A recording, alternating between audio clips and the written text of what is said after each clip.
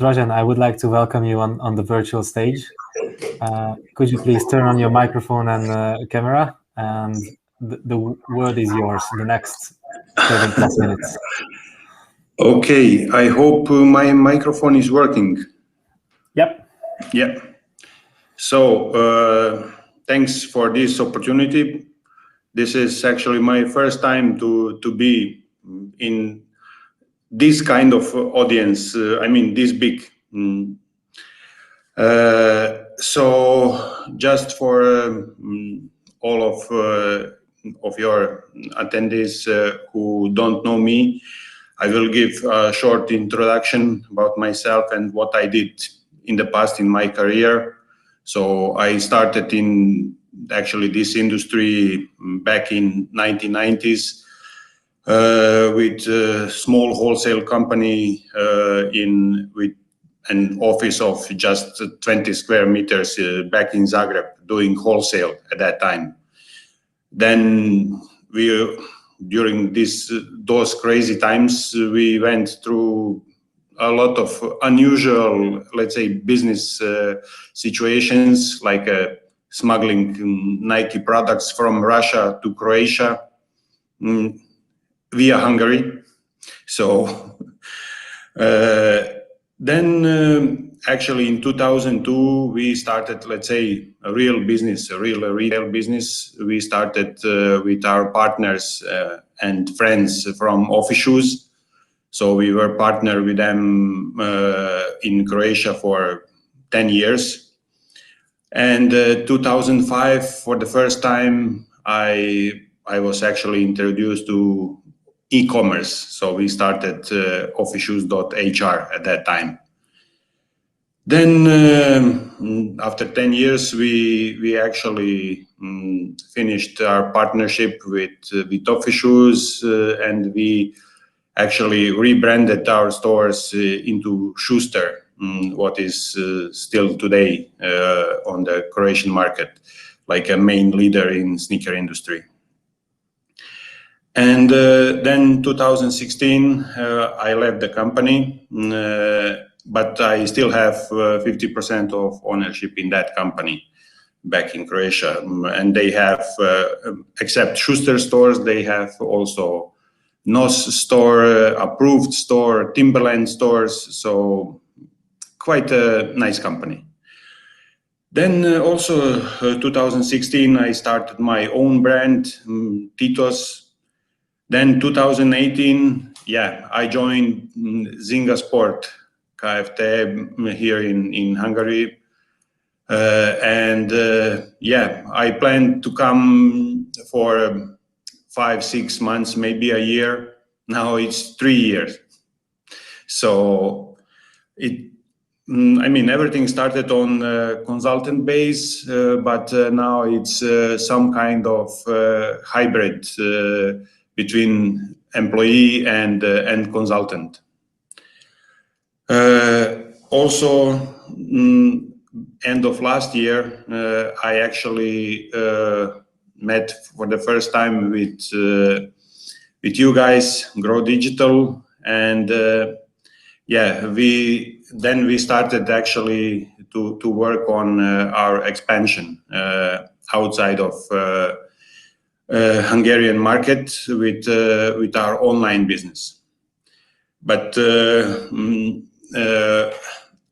this topic is how to conquer neighboring countries, but I can say conquer is a little bit too strong word in my opinion for this, and I can say I will be pretty happy if one day we can say that we are online player in CEE region. So it's a little bit different than what we have here in Hungary, where we have actually pretty dominant market position, offline and online. During this, especially last year, was special from so many different perspectives. of course, online growth during the pandemic was something what happened. I mean, we were under lockdown most of the year, and actually online was practically the only way to shop. We didn't have much chance, much other choices. So, but also, I mean, during this pandemic, what we learned here, it will be actually really interesting to see in the future. Do we see here now, let's say, some fundamental changes in consumer behavior? I mean, yes, there is growth in online business, but I'm quite sure that also this offline business won't, let's say, disappear or won't be changed that dramatically. Yes, probably with the time we will need to adjust stores and how those stores are run, but definitely it will be what we have a long time, that word in our vocabulary, omnichanneling, actually. Because I think in human nature, it's normal to go into the retail to touch, feel products. I mean, it's not the same thing, the same feeling what you have in stores and what you have online when you shop online. So probably, especially with sneakers shopping in physical stores, for most of our core consumer, kids, youngsters, it's actually some kind of social event. I mean, when they go and shop for sneakers, they like to share that on all possible platforms. So for them, I think it won't be just online shopping in the future. Yes, I will touch that topic a little bit later with our main suppliers, but at the same time, main competitors, Nike and Adidas. Probably we will see some changes in very near future. I mean, we see that right now because those companies are going directly to consumer more and more. They are pushing their strategies. I mean, every day they do something new. How to actually attract the customers to their direct channels, and especially with Nike.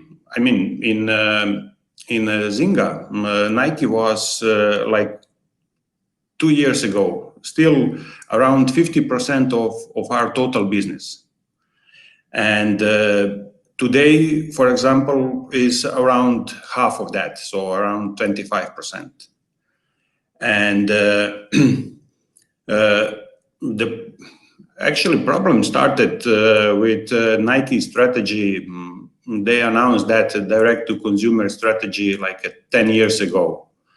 And they were completely clear at that time. They would like to decrease number of third-party wholesale accounts.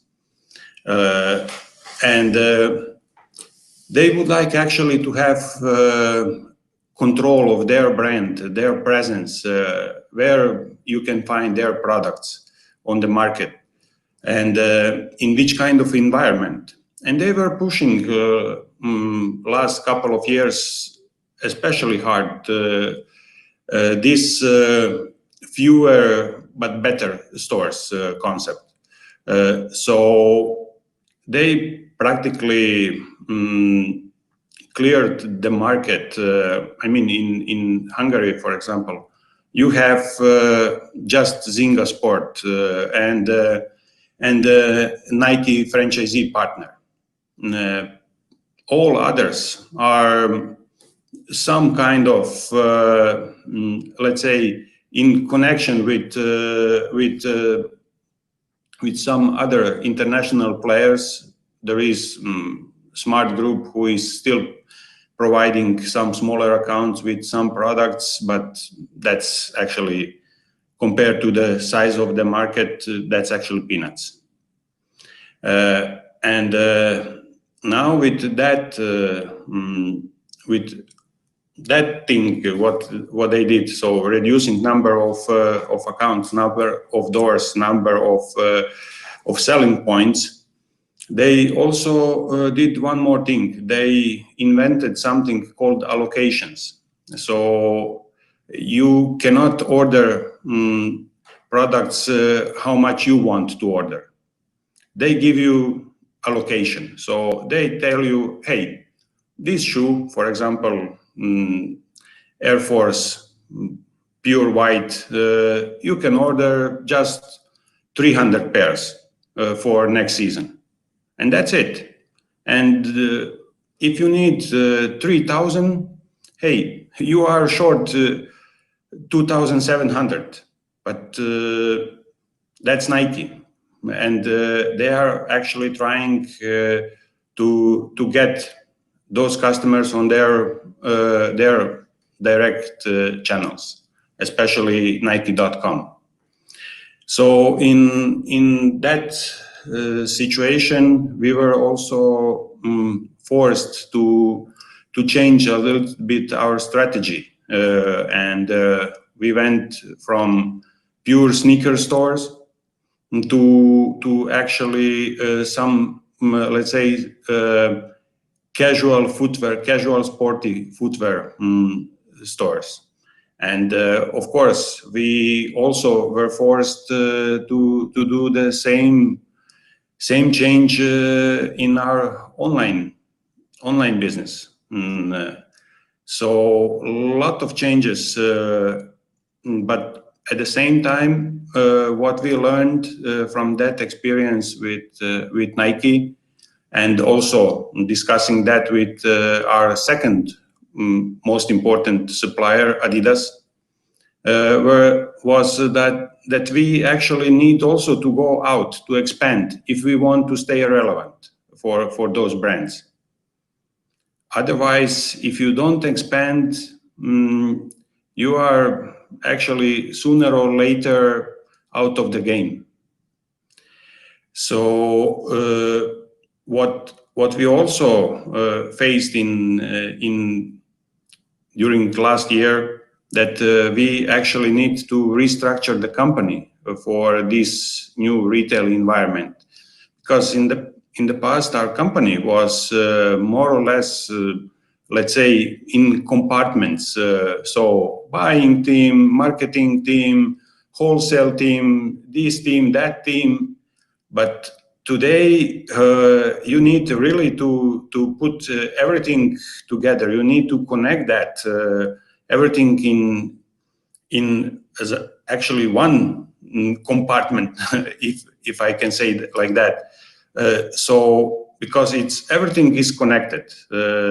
Today you have these kids starting their shopping journey on Instagram, seeing some red shoe over there, coming with a phone to your store, asking, do you have this? Then if you don't have sales staff on the floor with enough information about what is that, it's very hard to keep that kind of customer. I mean, today I can say most of the customers coming to our stores are quite experts in what they would like to buy.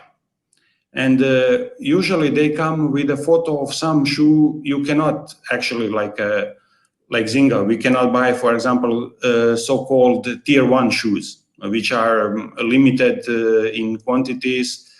But if you have good sell stuff, you can try to convince that person to buy something else, some other red shoe. Probably it won't happen, but maybe that person will go back home and yeah, a couple of days later, maybe he come back, but this time on Playersroom.hu and will buy that shoe or something else, who knows. And today, especially in our company, it was always pretty strict. Hey, this is online sale, this is offline sale, but actually these borders are completely blurred. Last, I can say, year and a half. And in the end, I think it's the most important part is to serve the customer, to sell the product, and yeah, to have happy returning customer in the end. No matter it is online or offline customer, it's important to have customer. So I hope that that in near future we will continue to develop ourselves more and more in this omni-channeling, being able to actually serve our customers the best way possible. For that, we definitely need to reduce number of physical stores and focus on online, because we definitely do not need around 100 stores, what we have at the moment in Hungary. It would be nice for us to have this kind of support to our online business in other countries, but developing physical retail network in countries, especially big countries like Romania, it's pretty expensive. And today with Nike and their allocations, when you don't have enough products even for your existing stores, it's not a realistic option actually. So we will need to continue our expansion, but we will need to go step by step and seeing what is working, what is not working in these neighborhood countries, and hopefully step by step we will come to profitability. Also, yeah, I know it will depend on what's going on at the moment in this region with other competitors. Practically, with this Nike strategy, we have just a few of them left on the market, but they are, unfortunately for us, in much better position with Nike and Adidas. They have a little bit, not little bit. They have, let's say, pretty good allocation numbers. So it's very important for us to not run out of these hot products. What our customers are looking for at the first place. I mean, when we started to take a closer look to our analytics and we went also with you guys through this analytics, it's obviously that having Nike, it's almost must have in this business, because it actually brings a consumer to your website, and sometimes, yes, they don't buy Nike, but they buy something else. But if you don't have Nike, it's hard to be in this business. So we'll see how that goes. I mean, for us in Hungary, the good thing is that we have also our own brand, Dorko, which is, I can say quite honestly, when I came to the company 3 years ago, I was really surprised with the sales results. So I even went to our IT guy and I asked, hey, are those numbers real? Is it some kind of mistake or what? Because that was, I can say, quite a surprise for me. And from today's perspective, it's actually so important part of our business at the moment, from volume standpoint, from margin standpoint, and yeah, I can say we are working at the moment also on developing some new brands for us, and hopefully with those brands we will have also chance to expand to neighbor countries. As Dorko is, let's say, pretty Hungarian-oriented brand, and it's not that popular outside of Hungary. So we actually learned what we need to do, but we need to develop new brands for us if we want to be to go out with the same formula what we have here. So definitely a lot of things is going on, and in this industry it will be, again, it will be a lot of changes in the near future. If we are talking about, especially if we are talking about mergers and acquisitions, I don't know if you guys follow the news, but recently one of the biggest European retailers, they bought a Polish company, MIG. They own Sizir stores. They have also stores here in Hungary.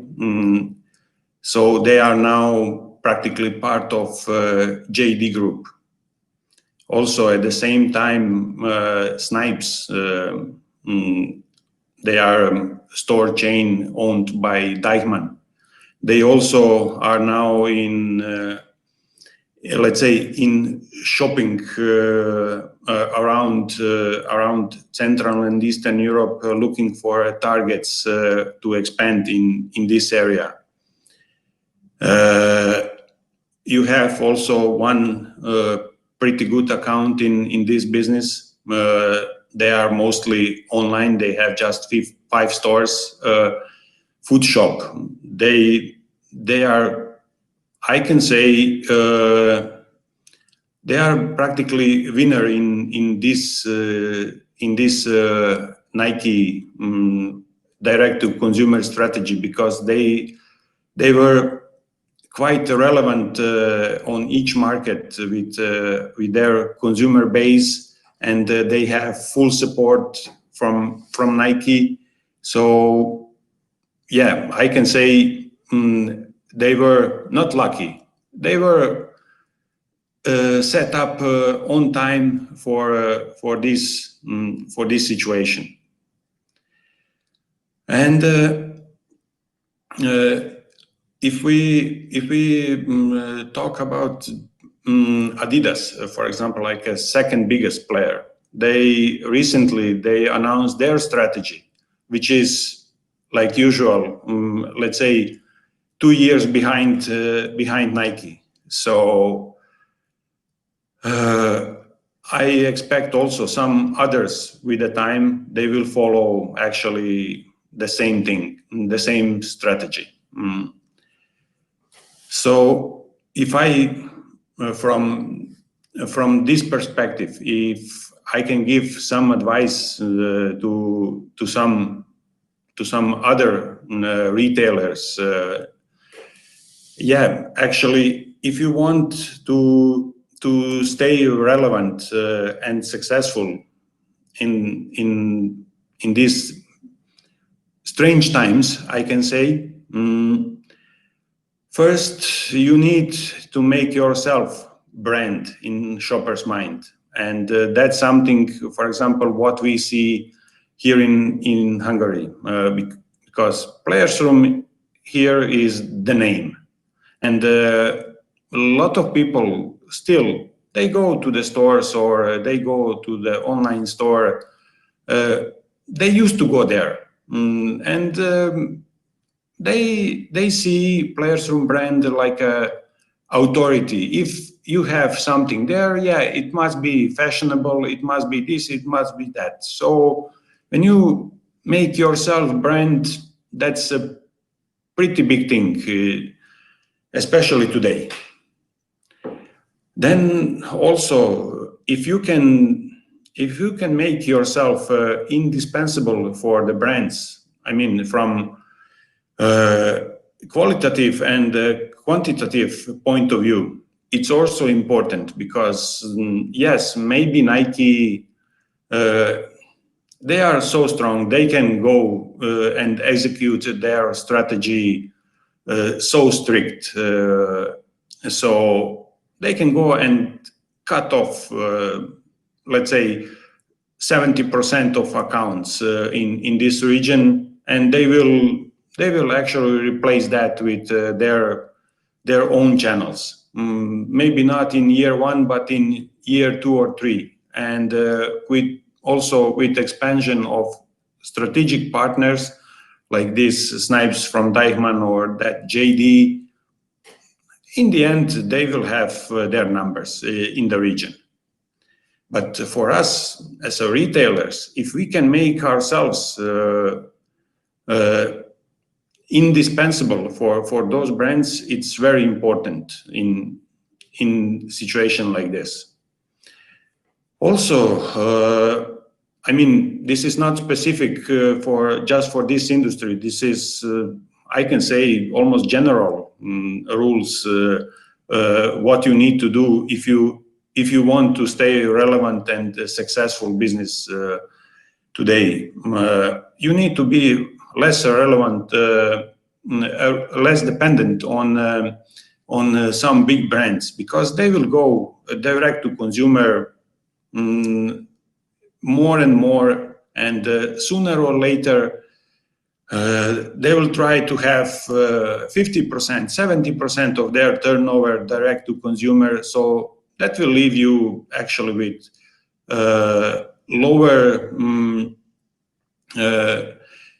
lower margin, lower number of products which are hot, and it will be more or less Nike scenario in almost every industry. So if you have a chance to start your own brand or own brands and build them over the time, it's a very good thing. I can recommend that to everybody to do that. I mean, I can say even my own company back in Croatia, they made mistake and they didn't develop their own brand or brands on time. And yeah, when you take a look on last year's EBITDA, it's clearly what happened. And yeah, I can say from what I saw here, Dorco can be actually case study how to do that, at least in this industry. And yeah, as I said, expanding your presence in this region and make your retail, you as a retailer, relevant. That's also it's important to be important to the big brands also, to have them at least like a something to attract your customers. So you cannot work just with your own brands. You need also these big ones, unfortunately. And yeah, if you are strong enough, you can also consider mergers and acquisitions. That's actually the fastest way to expand. So I hope that this what I shared with you can help to some of attendees on this webinar. If someone has some questions, I'm here. Dražen, thank you very much for sharing your case with us. I can just agree on the thing that's happening, like a current trend of tightening the space for retailers, because on one hand the manufacturers reaching out to directly to consumers, as you said, but on the other hand, like media also, like Google Shopping and Amazon grabbing a bit of space from the retailers because making it easier for every player to jump in. So it's more like from my perspective, it's more like about redefining your value proposition or redefining your added value within the whole chain as a retailer, and naturally starting an own brand or delivering an end-to-end process from manufacturing until delivery is a way or a strategy to do it. Yeah, vertical retail, I think it's one of the ways. I can say it's in our industry, it's quite challenging because you have one so dominant brand, Nike, and when somebody is more than 50% in your revenue, it's very hard to replace, and especially they are marketing monster, so they make their products hot. Or practically all the time they have the hottest shit on the market. So and if you don't have that, it's very hard to explain to especially younger consumer why you don't have that.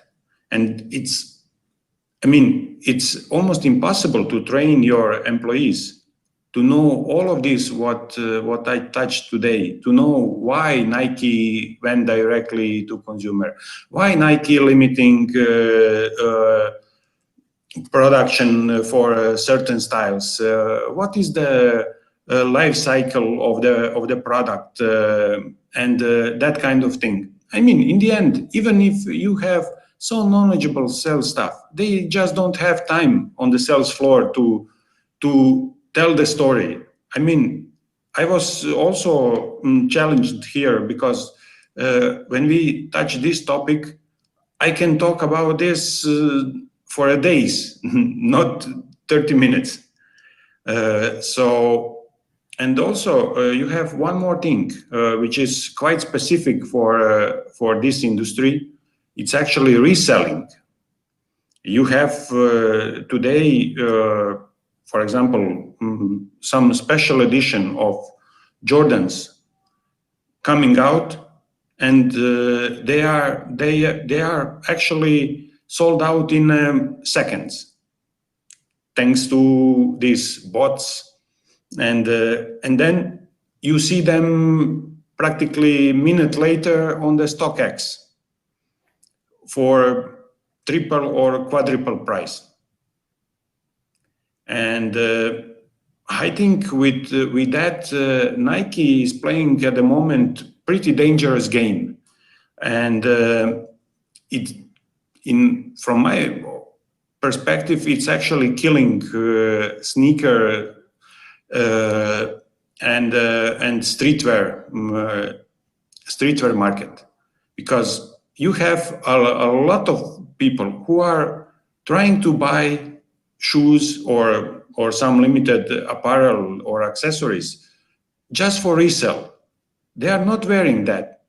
If you go out and see what are people wearing on the streets, it's actually some regular products, let's say black or black and white regular kind of shoe. There is no those hyped shoes on the streets. And I can say, I mean, it was more like a joke, but when I saw this NFT thing started, and when I saw Gucci created first digital sneaker, I said, hey, this is perfect for Nike. If you are doing just a resale, if you are not wearing those shoes, yes, you can do NFT Jordan 1 release. Why you need physical product? You are just reselling them. So, by the way, they registered CryptoKicks for like intellectual property for NFTs. So we'll see where that goes. But definitely with consolidation of the market, you don't have actually the other chance than to expand. So it's just question: can you expand fast enough, or can you let's say expand the way you would like to expand? And that's connected to these potential mergers and acquisitions, and also it's connected to maybe some partnership with some of those big guys. I mean, in the end of last year, I did some consulting for Mid Europa investment fund, and I also prepared for them how Nike structured their strategic customers. And in the end, you have at the moment just 3 out of 6 boxes with companies where they see let's say long-term partnership. One is Foot Locker, the other is JD, and third one is Deichmann Group. So it's already quite clear what you need to do. Mm-hmm. Yeah, thank you. Really inspirational, and it can be heard that you know yourself around this market. You've been here for quite a few years and will be still. Let's give space for a last question. It seems like Christian sees the opportunity to ask you. If he wants, he's got 2 questions right away. The first is whether you can summarize how do you step on foreign markets in 3 sentences. And the second one is how many orders or order share is outside of Hungary in case of Playersroom, I suppose. So let this please be the last question, because we are running out of time and we're the last one standing between supper and our attendance. So if you could wrap it up briefly, please. We started already our web shops in foreign countries. Yes, as you know, we started to work with you to push these marketing campaigns on foreign markets. We also now started to cooperate with marketplaces and with some price comparison sites. So I can say this is how we go on the foreign markets. And I cannot share exact numbers regarding how much we sell outside of Hungary, but it's still not close to the potential what I see on some markets. It's still a lot of things to do for us in near future to come, let's say, to be competitive on those markets.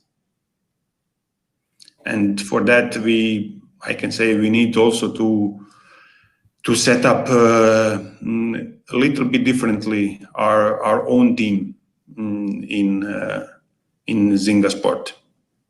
Mm-hmm. Dražen, thank you very much for the inspiring presentation and answering the questions.